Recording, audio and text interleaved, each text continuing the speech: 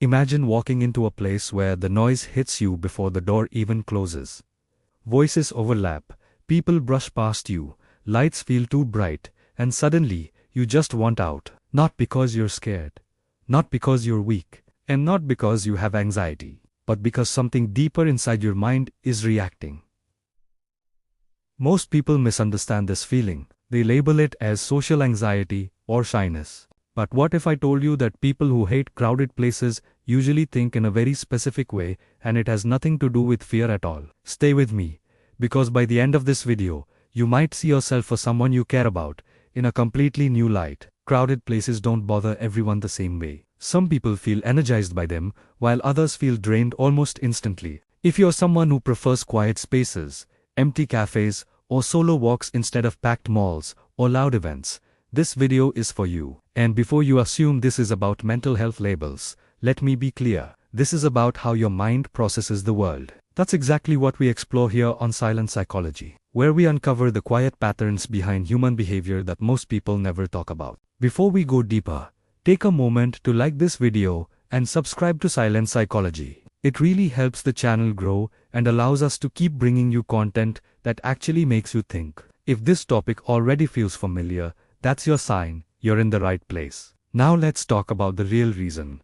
Crowded places feel unbearable to some people. People who dislike crowds are usually highly observant thinkers. Their minds don't filter out background details easily, while others can tune out noise, movement, and random conversations.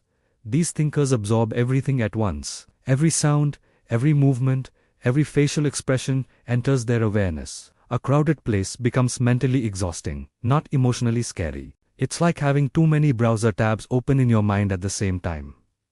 These people are often deep processors. They don't just see people, they notice patterns. They notice fake smiles, forced laughter, tension in body language, and unspoken emotions. In a crowd, this becomes overwhelming because there's too much information to process.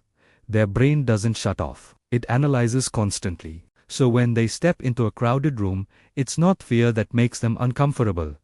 It's overload. Another important thing to understand is that people who hate crowded places usually value control over their environment. Not control over others, but control over their own mental space.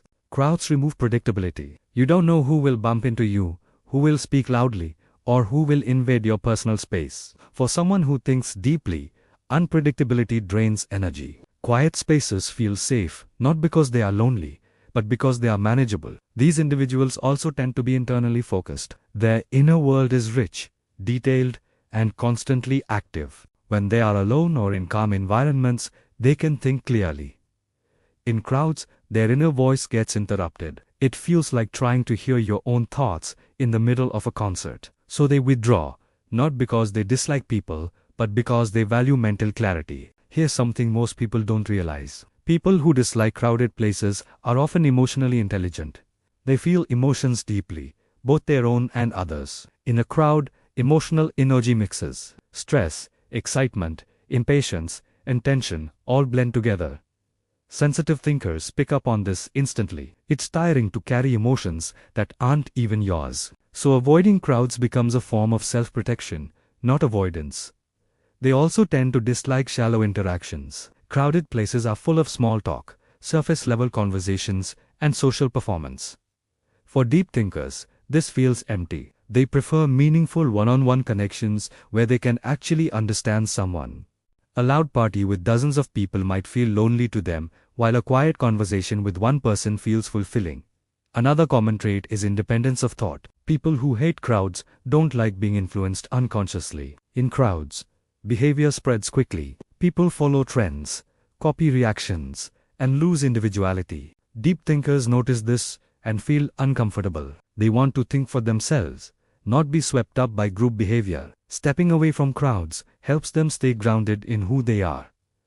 Let's also talk about energy. These people are not low energy. They are selective with their energy. They invest it where it matters. Crowds demand constant social awareness without offering meaningful return.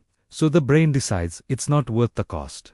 This is why after spending time in a crowded place, they feel drained and need solitude to recharge. Society often praises extroversion and constant social activity, especially in the USA. So people who dislike crowds are often misunderstood. They are told to get out more or stop overthinking.